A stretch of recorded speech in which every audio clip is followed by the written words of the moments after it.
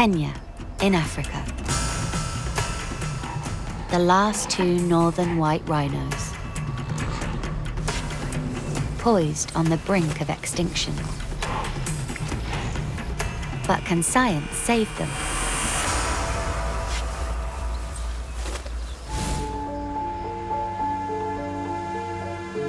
For the making of his BBC 7 Worlds, 1 Planet series, naturalist David Attenborough travelled to the Olpejeta Conservancy to film with the last two northern white rhinos.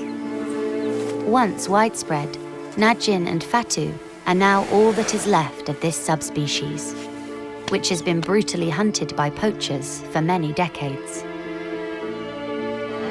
Nearby is a memorial. Here, gravestones mark the deaths of some of the many rhinos killed by poachers since 2004. That's particularly a sad one. Max. I think I may have met him.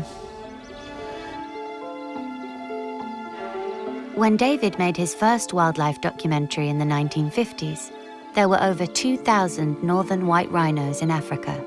Sudan, the last male northern white rhino.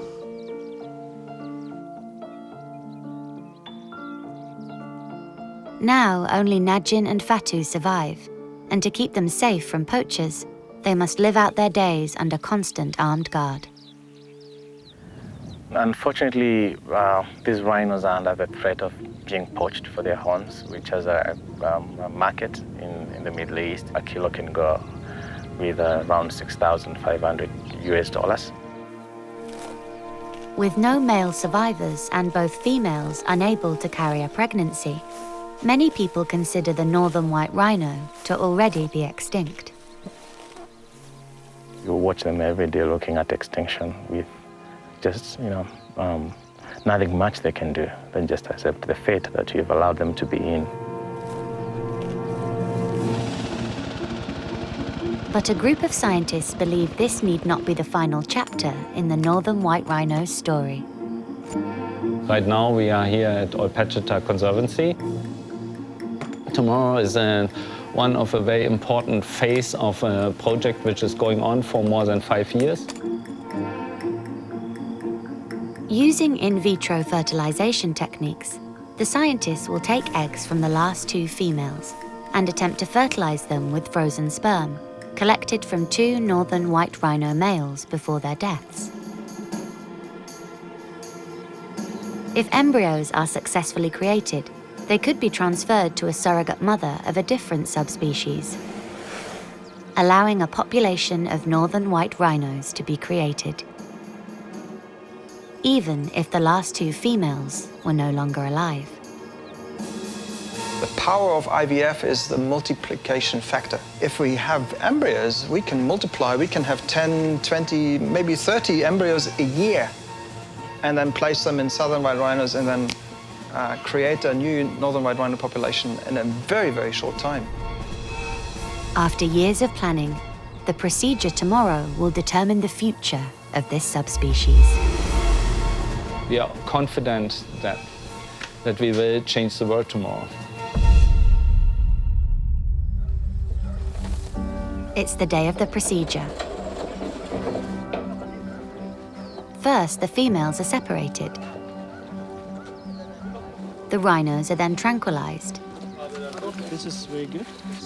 And 100 milligrams. The team will have to work fast before the anesthetic wears off. This procedure has never been done before. New technology and ultrasound must be used to locate the ovaries.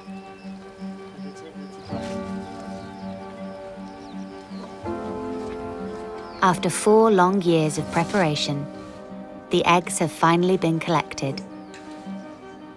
But this is just the beginning. They must airlift them from Kenya to the laboratory in Italy, where they will be fertilized with the frozen sperm.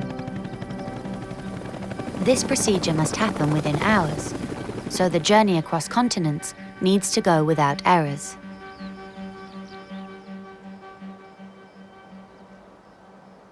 1 month later, there is good news.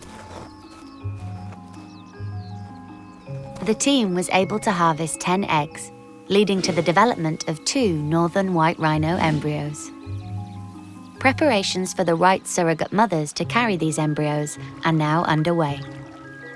Only time will tell, but there may yet be a future for the northern white rhino. I think the young generation is much more aware of what biodiversity actually means. We as scientists think we can help to rewind some of these mistakes and give the responsibility to the young generation.